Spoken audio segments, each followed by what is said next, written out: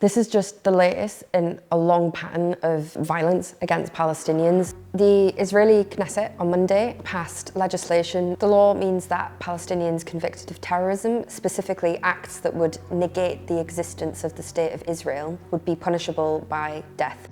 As the vote passed in the Israeli parliament, we saw far-right Security Minister Itamar Ben-Gvir. He attempted to brandish a bottle of champagne in celebration, and he and his associates in the parliament were wearing, you could see these little tiny metal lapels that were in the shape of nooses. Technically, this law would apply to Israeli citizens as well, but we've seen human rights organisations and lawyers say that it basically confines those who would be punished to Palestinians who attack Israelis, rather than Israelis who attack Palestinians. And I mean, given everything that we've seen in the West Bank, for example, all the settler violence that we see on a daily basis, and nothing's been done about it. The rights charity B'Tselem, who we've heard from lots in the past about, the awful conditions that Palestinians are being forced to deal with while they're being detained in prison. When they're in these courts, it's often a 99% conviction rate.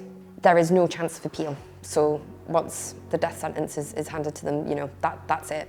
The international community has completely condemned the law being passed. I mean, within minutes, we've had legal objections being lodged to the bill, and we've had outrage from Amnesty International, we've had outrage from politicians. I mean, even the UK government, who normally on Palestine and Gaza has not been very good, came out ahead of the vote and condemned it. Not only is it morally wrong, it's a flagrant breach of international law.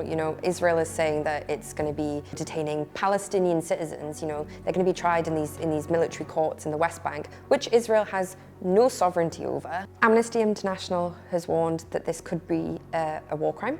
We know that, Israeli Prime Minister Benjamin Netanyahu is wanted for war crimes because of what he and his government have committed in Gaza. Amnesty International basically said that it is, again, just the latest in a long line of flagrant human rights abuses, and is a way of normalising the Israeli government's genocide of Palestinians and making it seem right and legal. While there's been so much outrage about this, it's unclear whether, any actual appeal is going to be successful. And at the end of the day, there's what can the international community do when Israel have already committed so many flagrant human rights breaches, and all the thousands and thousands of Palestinians, the mothers, the children that have been killed? How are they going to be stopped at this when they've already done everything else that we know they've already done? And especially from the UK standpoint, we want our leaders to stand against it, but we've seen in the past that they've stayed silent, and in that sense they've been very, very complicit. So while the international community has urged political leaders to, oppose it, that remains to be seen.